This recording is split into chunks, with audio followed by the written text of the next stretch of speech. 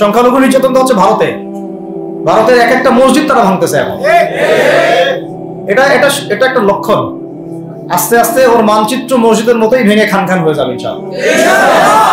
এরা যেমন অখণ্ড ভারত চায়, আমরাও অখণ্ড ভারতই চাই।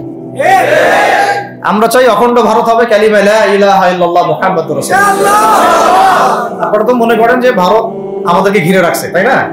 আসলে ভারতকে আমরা ঘিরে রাখছি। এই দিক থেকে আমরা, এই দিক থেকে চায়না, এখান থেকে নেপাল, এখান থেকে ভুটান, এখান থেকে মায়ানমার, এখান থেকে পাকিস্তান, আর তার চেয়ে বাপ আছে আফগানিস্তান। আছে না আফগানিস্তান? ওদের সাথে কেউ পারছে পর্যন্ত?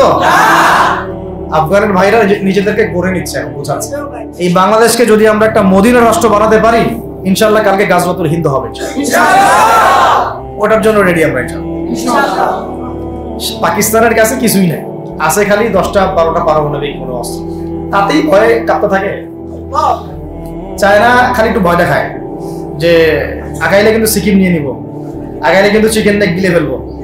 চায়নার ওই ছোট ছোট যোদ্ধাদের কাছে যে মাইকটা খায়, আর আমাদের এখানে দেখা যায় যে সীমান্তর মধ্যে একটা কৃষকও যদি সীমান্ত থেকে দূরেও হাল চাষ করে, ওকে গুলি করে মেরে। পরিবর্তিত বাংলাদেশে কোনো ভারতীয় দালালকে আর জায়গা না দেওয়া।